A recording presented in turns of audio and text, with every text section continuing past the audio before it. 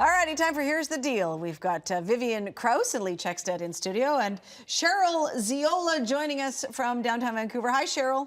Hi, Jill. Thanks for joining us. Your thoughts on the throne speech?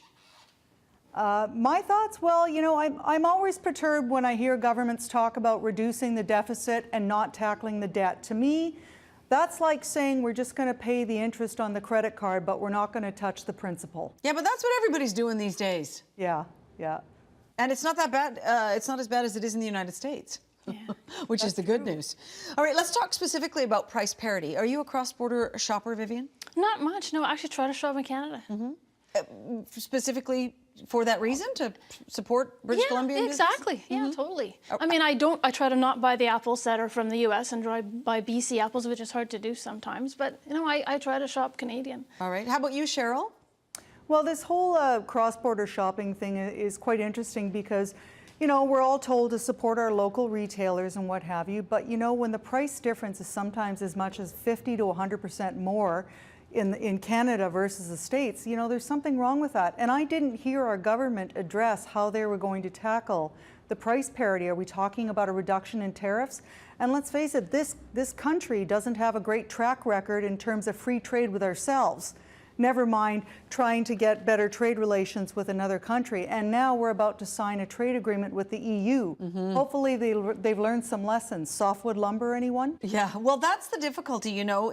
They didn't give specifics, and I get it. The throne speech isn't the place where you lay it out detail by detail. Yeah. But I just, call me cynical. It sounds like a pre-election campaign promise that isn't actually going to be followed through with. I totally agree. But that'll be so easy to follow because it's really a misnomer to call it a price parity issue. The issue is import tariffs, right? Mm-hmm. Yeah. And the federal government is bringing in some $4 billion on import tariffs. What are they going to do without that money? Well, there you go. I mean, because we are getting closer to balancing the budget, they can afford to lower the tariffs. So really, it's just a nice way of saying, instead of saying, hey, we're going to, you know, stop slapping on these huge tariffs that we have been, they're just going to say, oh, we're going to improve price parity. Mm-hmm. They also said that it was, on average, it's about a 10% difference. I don't agree with that at all. I was buying toothbrush stuff, the tops for electric toothbrushes today. Here they were $44. When I was in Seattle a couple of weeks ago, they were $27. Mm-hmm. That's not a 10% difference, and that's why people want to go across. How are they going to fix that part of it?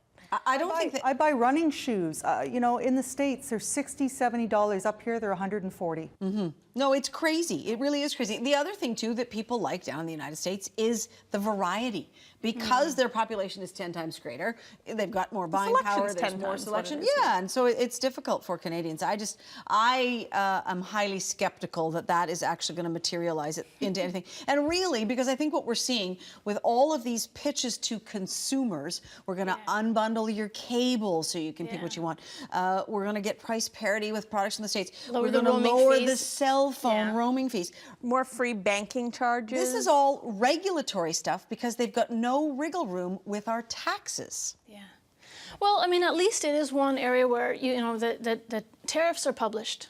You can very easily compare what they were before the throne speech and after and hold the government to account. Mm-hmm. Yeah, well, we'll see if we can do that.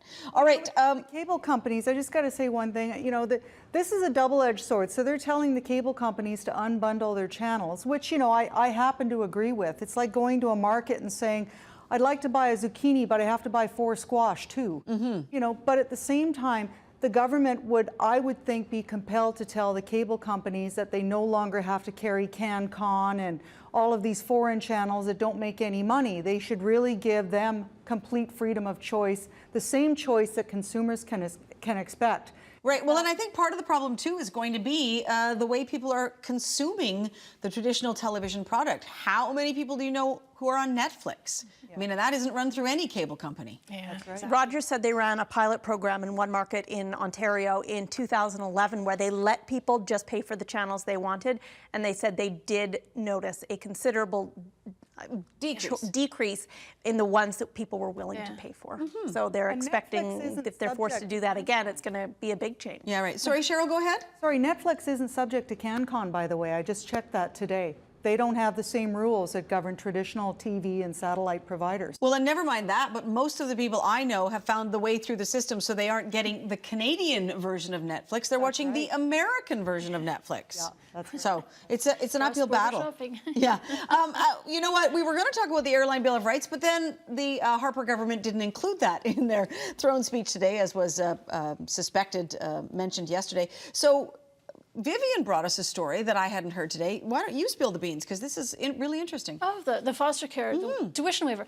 I just thought that was great. But I mean, what a busy news day. You know, in the States, big news and big news with the throne speech here. But UBC, the University of British Columbia, announced today that they're going to waive tuition fees for kids who've been in foster care, which I think is terrific. I mean, unfortunately, not all of them want to go to university anyway, but for those that can and do, I think that's terrific. And now they're the second post-secondary institution in BC, following the Vancouver Island University, that's, you know, giving kids that break. So I think it's terrific. Hopefully it'll start a trend. Was there any expectation on how much money that would cost them? I didn't see any of those sort of numbers, but I think it's too early to tell, really, because they probably don't know, you know, even amongst the student population, how many kids have been in care. We haven't really kept good numbers on that. Right. Vivian, your thoughts on that? Cheryl. Oh, sorry, Cheryl. Sorry, Cheryl, your thoughts? I think anything that can encourage more kids to pursue post-secondary, but I think the danger lies in the fact that we're still trying to stream kids into the traditional post-secondary, UBC and UVic and places like that. I think we have to do a better job of streaming kids into some of the trades where a lot of the jobs are. I see a lot of people who have a 4-year philosophy degree or an arts degree, and they're working as a barista in Starbucks, because guess what? There's no job at the end of the tunnel. Well, we had that discussion on this show yesterday, talking about the Construction Association here going to Ireland, looking to fill 600 jobs. And very interestingly, the average age of an apprentice in Ireland was 16 to 18. You know, this is something that they decide to do and make a conscious decision sort of in the, you know, middle to late high school years, where in Canada, the average age of an apprentice was 27. So clearly it's like a fallback position as opposed to a first choice. How do we make that a first choice for students, Cheryl? Well, we have to take the stigma away from pursuing a trade. And you know what? Part of this lies with parents. There have been... Lots of it lies with parents. There have been numerous studies that show parents are the first ones to say, no, you can't be a welder, you can't be a pipe fitter.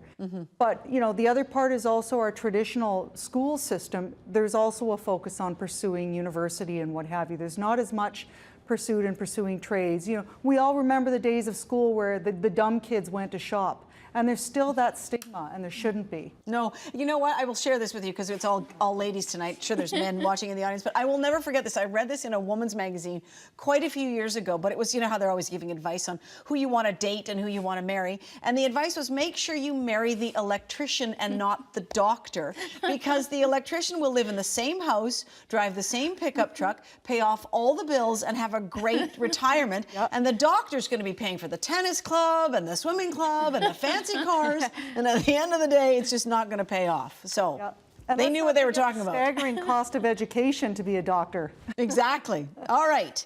Cheryl, Ziola, Vivian Krause, and Lee Chexton, thank you all for joining us. Thanks, Jill. I'm sorry I'm bumbling along with the names tonight. My goodness. All right. Still ahead, gambling and people's health. Our provincial health officer says more adults in BC are at risk for problems with gambling. That's when Unfiltered continues.